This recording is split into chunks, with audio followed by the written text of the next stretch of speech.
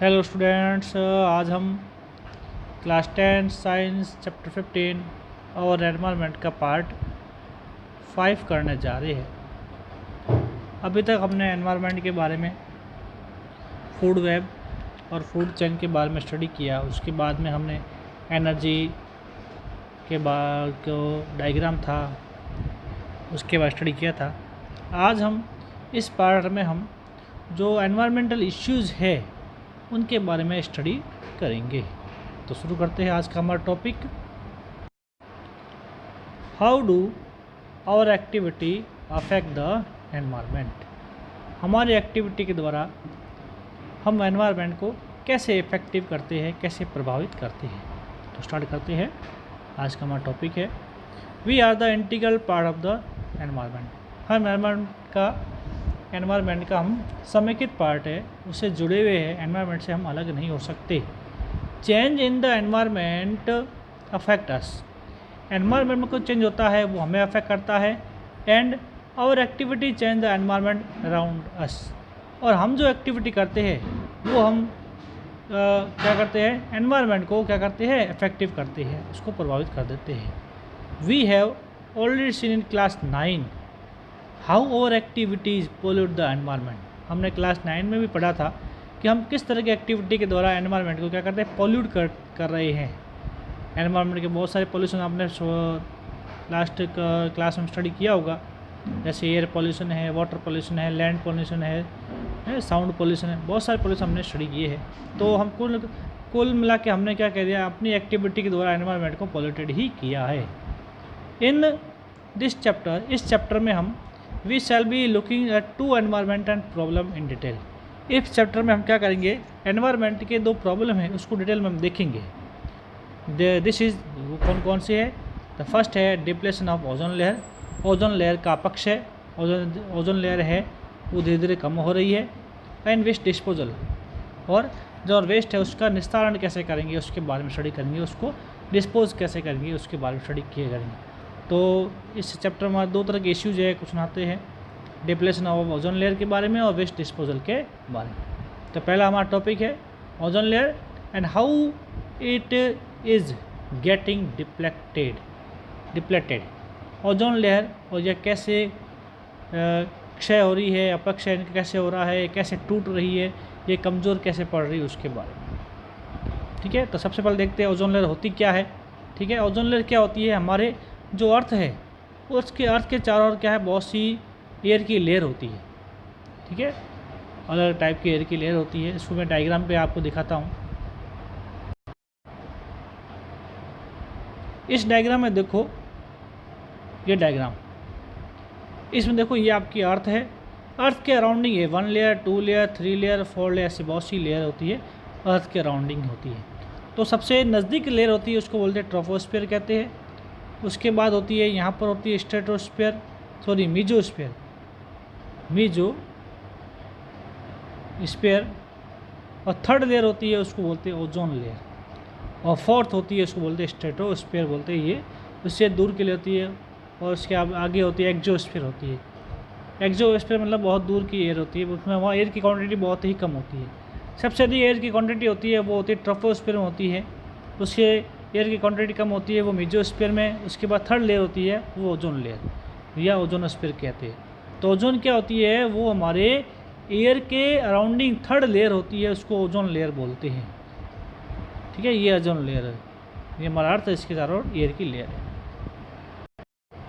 ये लेयर क्या हो रही है, धीरे धीरे क्या हो रही है, इसमें कमी आ रही है।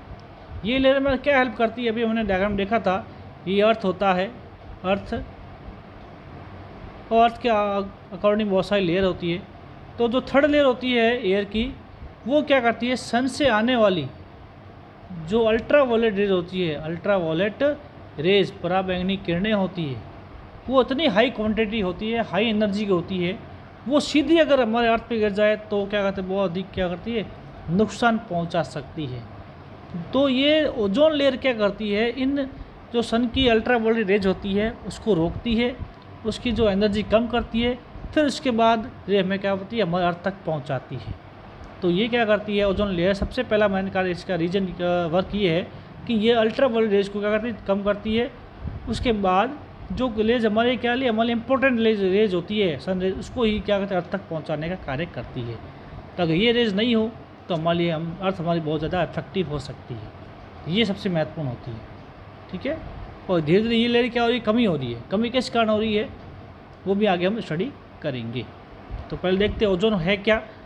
ओजोन होता है ऑक्सीजन का 3 मॉलिक्यूल एटम है, 3 मॉलिक्यूल, ठीक है। ओजोन मॉलिक्यूल है जिसमें एटम के 3 ऑक्सीजन के 3 एटम होते हैं, O1 + O + O। ये तीनों मिलकर बनाता है वो O3 का फॉर्मूला बनाते हैं। O3 को हम ओजोन कहते हैं। वैसे O2 को ऑक्सीजन कहते हैं हम, ऑक्सीजन मॉलिक्यूल। O को केवल O को बोलेंगे हम ऑक्सीजन एटम। तो ऑक्सीजन के 3 एटम मिलके हम ओजोन का 1 मॉलिक्यूल बनाते हैं। तो देखो व्हाट इज ओजोन क्वेश्चन आता है एग्जाम में, व्हाट इज ओजोन।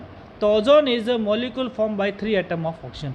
ओजोन होता है ऑक्सीजन के 3 एटम्स के से मिलकर बनता है, में मॉलिक्यूल है, O3 बोलते हैं इसको। While O2 is which is normally refer to as oxygen, और O2 को हम क्या बोलते हैं सामान्यतः ऑक्सीजन कहते हैं। Is essential for all aerobic forms of life, और ये ऑक्सीजन है सभी जो एरोबिक है, जो एयर में रहते हैं, जहाँ तक एयर की पहुँच है वहाँ सभी के लिए, उसकी लाइफ के लिए ऑक्सीजन बहुत ही ज़रूरी है। बगैर ऑक्सीजन के हम क्या कर नहीं पाते, ब्रीथ भी नहीं कर पाते। Ozone is all deadly poison, वैसे ओजोन कैसा है, बहुत घातक विष है। हाउएवर फिर भी at higher level of the atmosphere ozone perform essential function, लेकिन इसकी उच्च स्तर पर मात्रा होती है, अधिक मात्रा क्या करते हैं हमारे लिए, क्या करती है, बहुत ही अच्छा वर्क करती है, बहुत ही एसेंशियल फंक्शन ये करती है। कौन करती है, ओजोन और इसकी layer. It shield the surface of the earth from ultra violet radiation from the sun, ये क्या करती है, सन से आने वाली हाई एनर्जी की अल्ट्रा वायलेट रेज होती है, रेडिएशन होती है, उससे अर्थ को सरफेस को क्या करती है, शील्ड करती है, उसकी सुरक्षा प्रदान करती है। This radiation is highly damaging to organism, अगर ये रेडिएशन सीधी अर्थ पे गिर जाए तो बहुत सारे ऑर्गेनिज्म है उसको डैमेज कर सकती है, चाहे वो प्लांट हो या चाहे एनिमल हो। For example it is known to cause skin cancer in human being, इसके कारण मनुष्य में स्किन कैंसर जैसी बीमारियां हो सकती हैं। Ozone at a higher level of atmosphere is product of ultra violet radiation acting on oxygen molecule, जब ऑक्सीजन जो ओजोन लेयर होता है वो उसकी अधिक मात्रा के कारण, या जब उस पर क्या ओजोन लेयर पर क्या करती है, जब सन की रेस गिरती है उसके कारण ये ओजोन होता है वो O2 में क्या होता है, टूट जाता है या O2 बनाता भी है। The higher energy ultra violet radiation split apart some molecule oxygen, और बाद में क्या ये O2 होता है, पहले O2 3 से O2 बना, किसके कारण, अल्ट्रा वायलेट रेज के कारण। फिर O2 से क्या होती है, O में टूट जाती है, ऑक्सीजन का एटम वो अलग अलग हो जाता है, ऑक्सीजन के एटम है फ्री हो जाती है। The higher energy ultra violet radiation split apart some molecule oxygen free into oxygen atom, पहले O3 से O2 अलग होती है, फिर O2 से फिर क्या होती है, ऑक्सीजन क्या होती है, अलग अलग हो जाती है। कुल मिला के क्या करती है, ये जो अल्ट्रा वायलेट रेज होती है वो क्या करती है, ओजोन को तोड़कर उसको एटम मॉलिक्यूल में क्या हो रही, कन्वर्ट कर रही है। ये काम कौन कर रही है, ये अल्ट्रा वायलेट रेज कर रही है।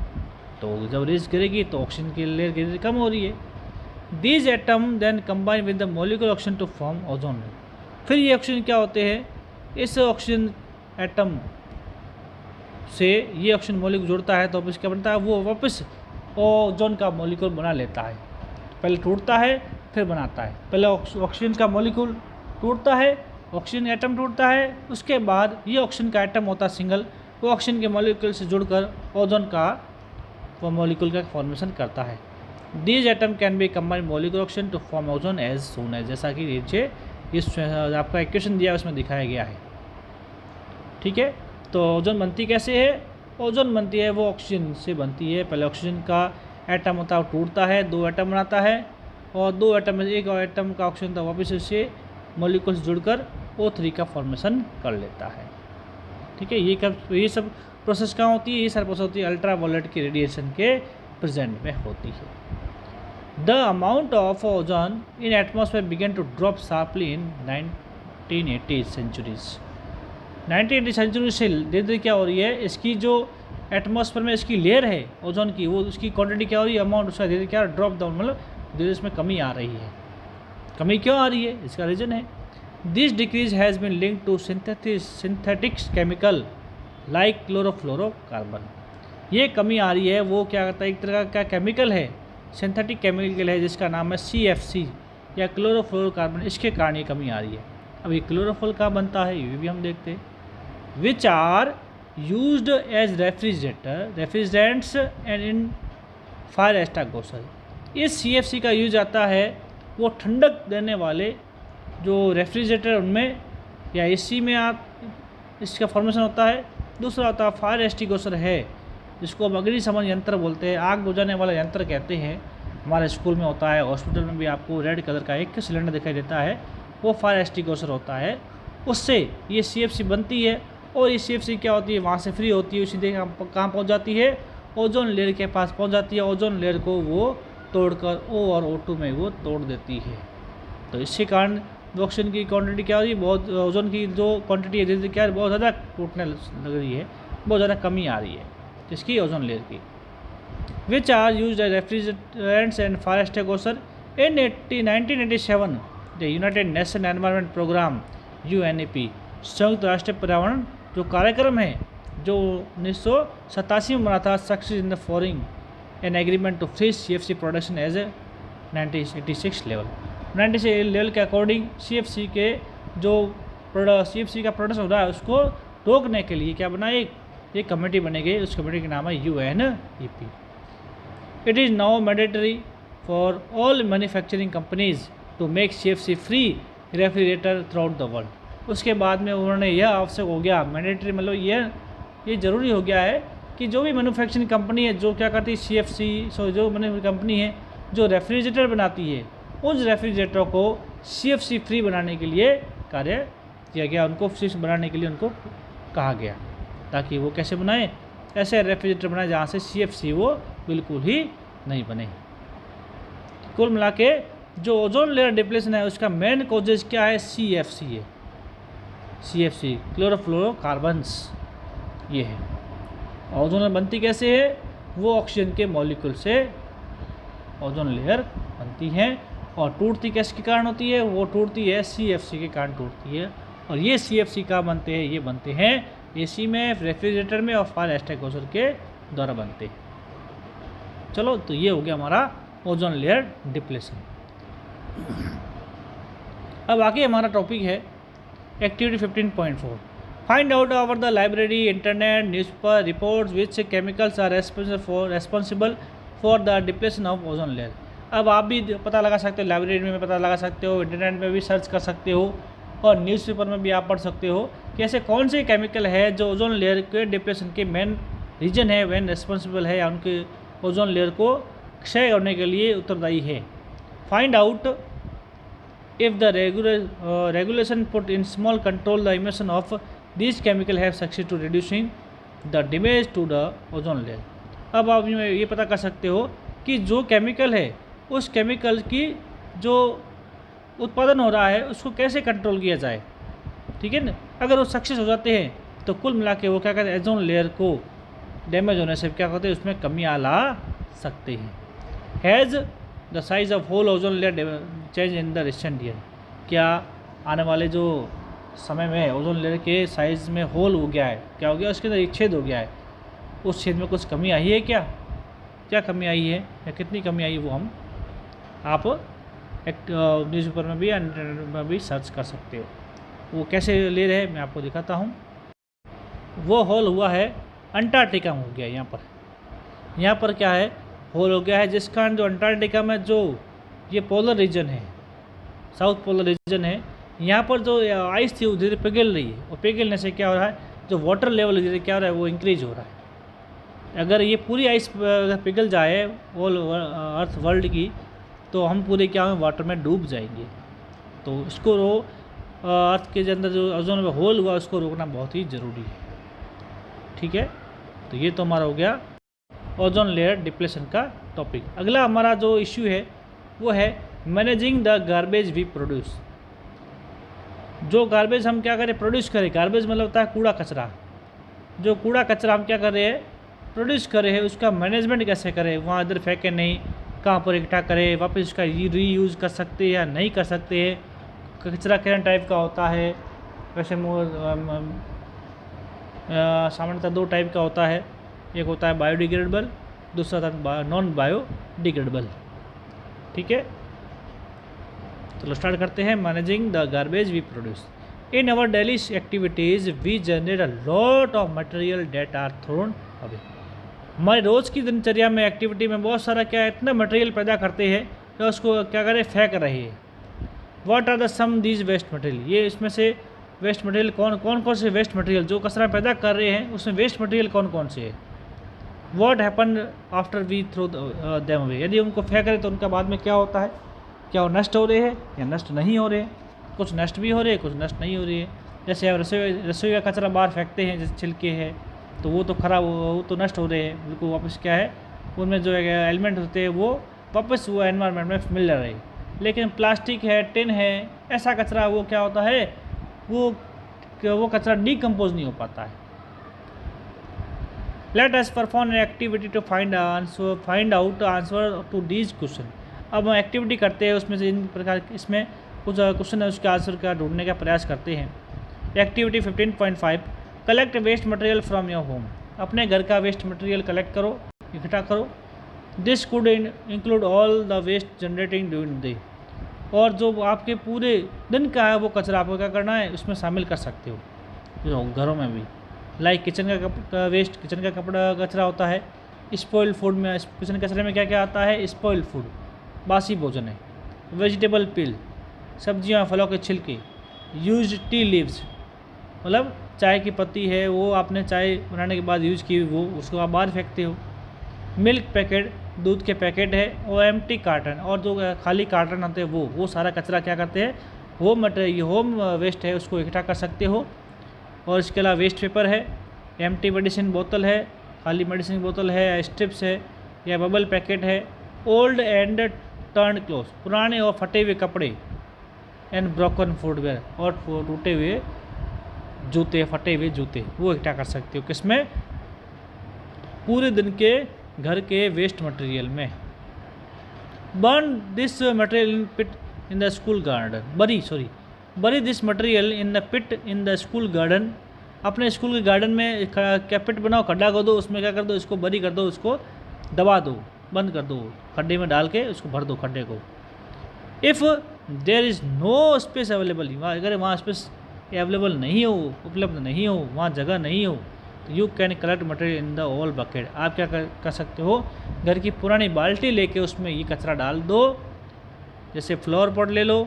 And cover with the least 15 centimetre soil, और उस पर कम से कम 15 सेंटीमीटर मोटी सॉइल के ऊपर कवर लगा दो।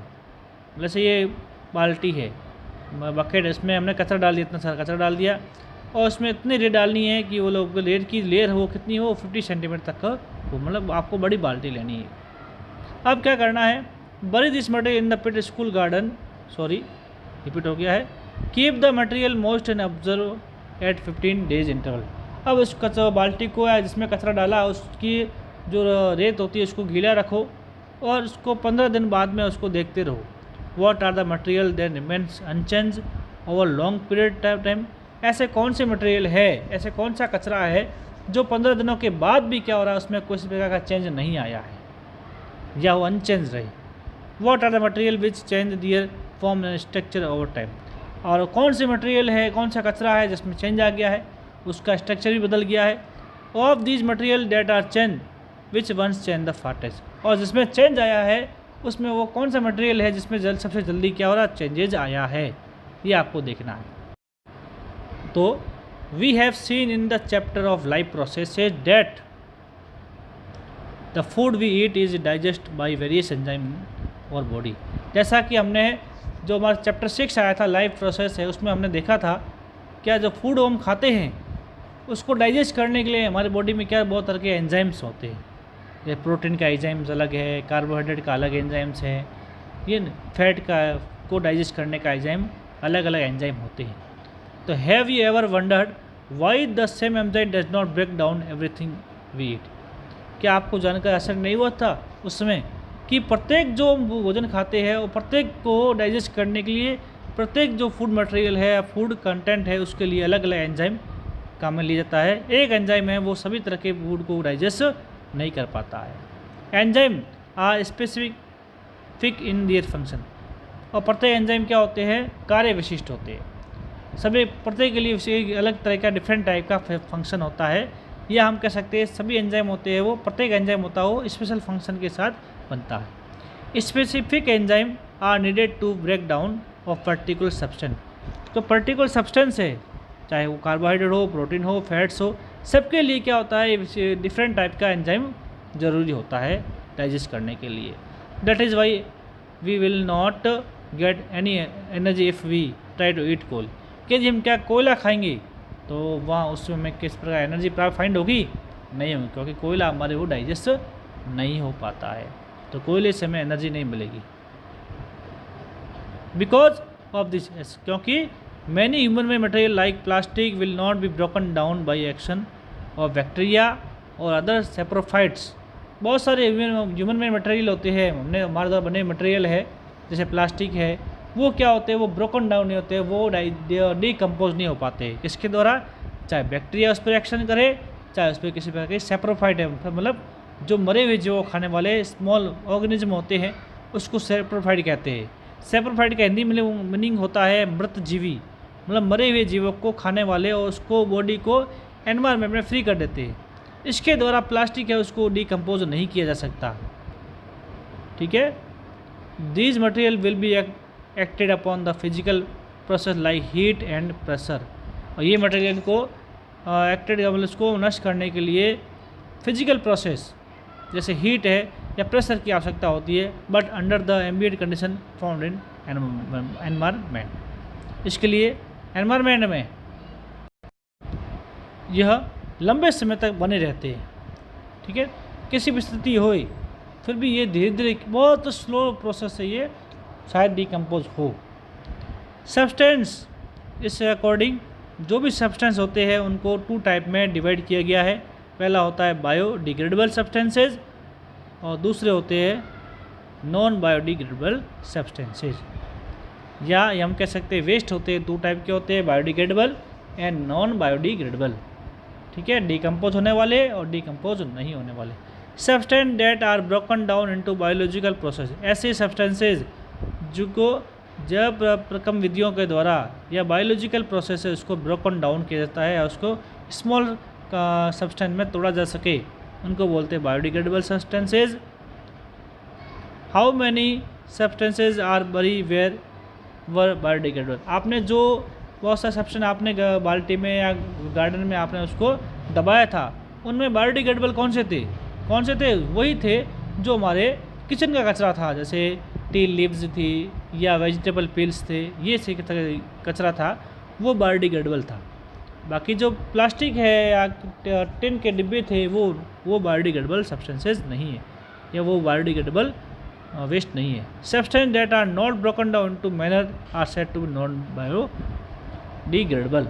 ऐसे सब्सटेंसेज जिनको बायोलॉजिकल प्रोसेस है उसको ब्रोकन डाउन नहीं कर सकते, उनको नॉन डिबायोडिग्रेडेबल सब्सटेंसेज कहते हैं।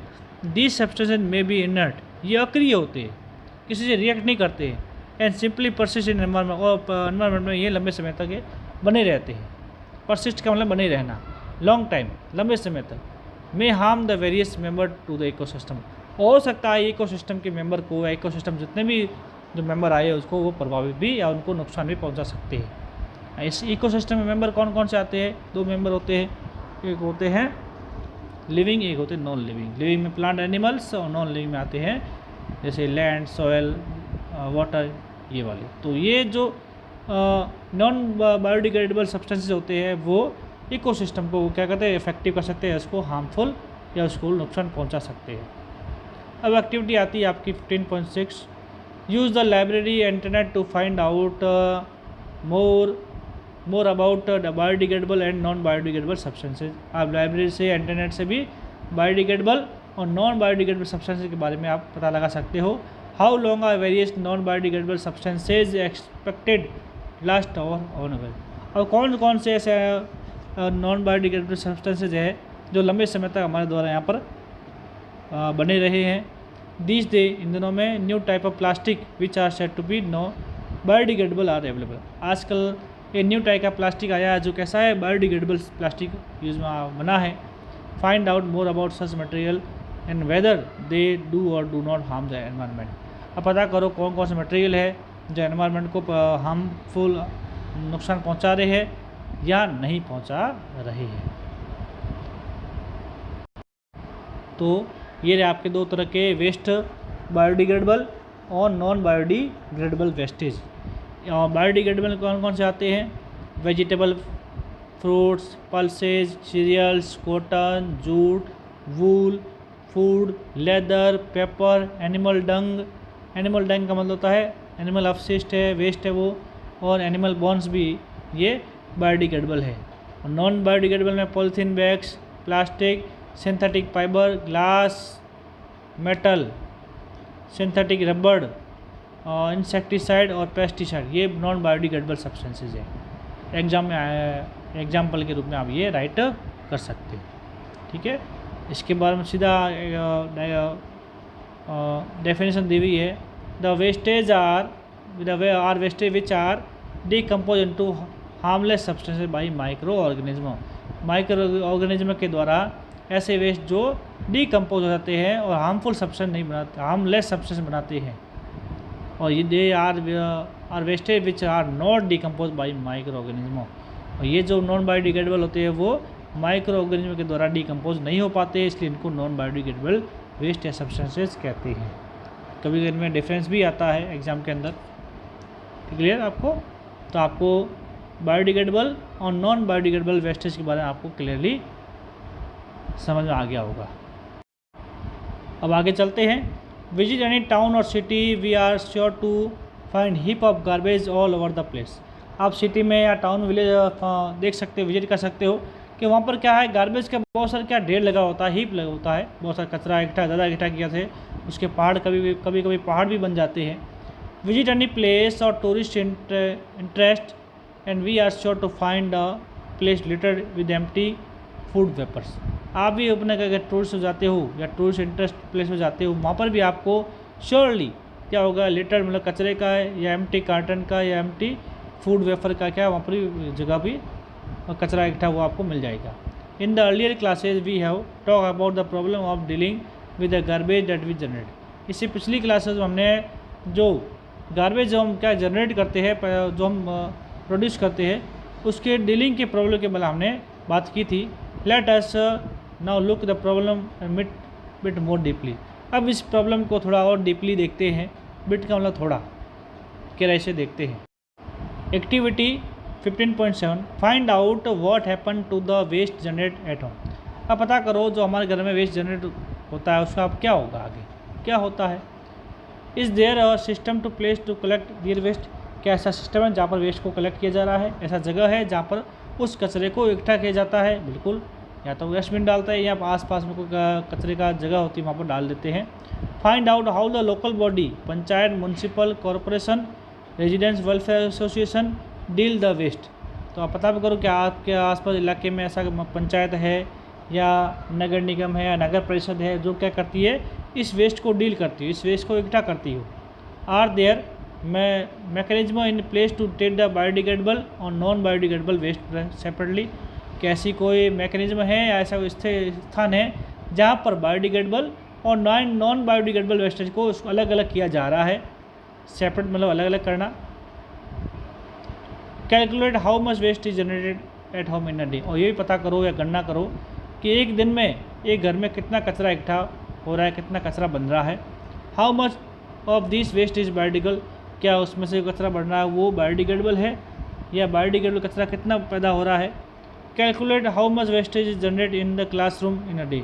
और आपकी क्लासरूम में कितना कचरा इकट्ठा हो रहा है वो भी काउंट करो। How much of this waste is biodegradable. उसमें से कितना कचरा वो बायोडिग्रेडेबल है। Suggest way to dealing with the waste. और उस वेस्ट को डीलिंग करने के तरीके ढूंढो, उसको कैसे आप निपटान करोगे, कैसे उसको मैनेज करोगे। एक अगली एक्टिविटी आपके 15.8 है find out how the sewage in your locality in treated. आपके घर आसपास जो सीवेज है, नाली का पानी है, वो उसको कैसे ट्रीटमेंट किया जाता है, उसको उपचारित किया जा रहा है। Are there mechanism in place to ensure that local water bodies are not polluted by untreated sewage. ऐसा कोई मैकेनिज्म है जिसके द्वारा आपके जो वाटर बॉडी जैसे नदी का पानी है या ट्यूबवेल का पानी है, वो पानी है वो सीवेज के द्वारा पॉल्यूटेड तो नहीं किया जा रहा है, या उसको उस पानी को प्रदूषित तो नहीं किया जा रहा है। Find out how the local industry in your locality treat their waste. और पता करो आपके घर के आसपास ऐसी कौन सी लोकल इंडस्ट्रीज है जो क्या कर रही है, वेस्ट को क्या रही ट्रीट कर रही है, मतलब उसको उपचारित कर रही है। Are there mechanism in place to ensure the soil और water are not polluted by that waste. और ये भी इस तरह के मैकेनिज्म है कि उसके द्वारा वेस्ट है वो वाटर को या सोल को प्रदूषित तो नहीं कर रहा हो। Improvement in our life style, अपनी लाइफ स्टाइल में इम्प्रूवमेंट करके have result in the greater amount of waste material generation. तो हम क्या कर सकते हैं, जितना अधिक मात्रा में वेस्ट मटेरियल उसको कम किया जा सकता है या जो बन रहा है। Changes in attitudes also have the role play. हमारे एटीट्यूड में, व्यवहार में चेंज करके भी हम क्या कर सकते हैं, इस फूड को मैनेज करने में हम अपना रोल प्ले कर सकते हैं, हम उसमें कुछ योगदान दे सकते हैं। Which more and more things we use becoming disposal. आजकल हम क्या कर रहे हैं, बहुत अधिक मात्रा में डिस्पोजल चीज़ का यूज़ कर रहे हैं। डिस्पोजल कप्स है, ये सारी चीज़ों का यूज़ कर रहे हैं। डिस्पोजल ग्लासेज है, उसका यूज़ कर रहे हैं। आज हम डिस्पोजल पेन्स का यूज़ कर रहे हैं। Changes in the packaging have result in much more of waste becoming non biodegradable.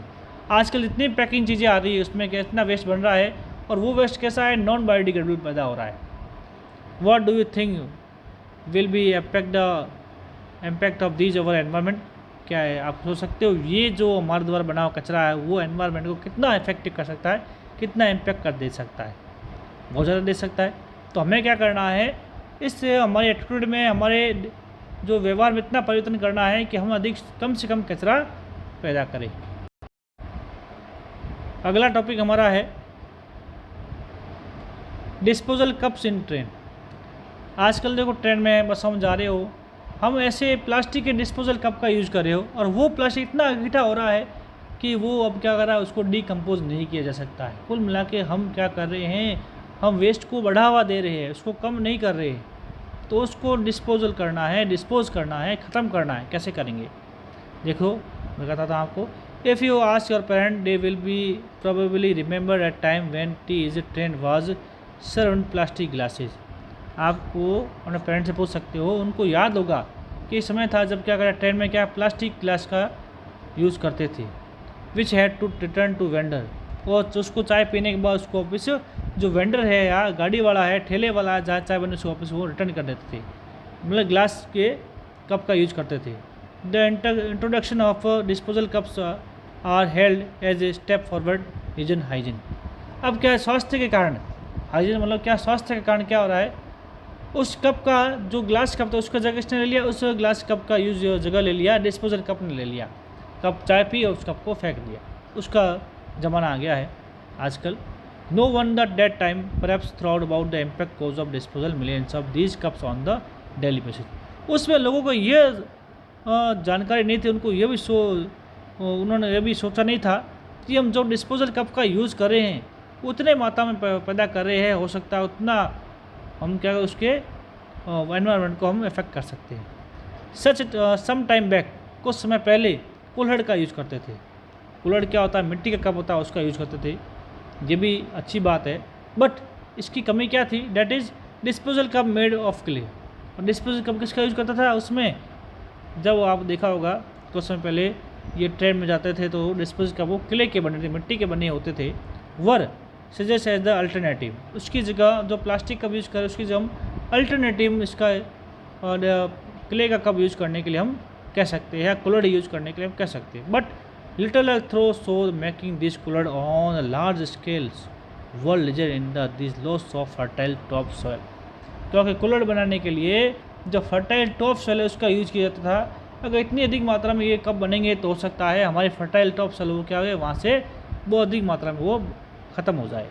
Now disposal paper cups are being used, इसलिए आजकल क्या रहे डिस्पोजल पेपर कप यूज़ में लिए जा रहे हैं।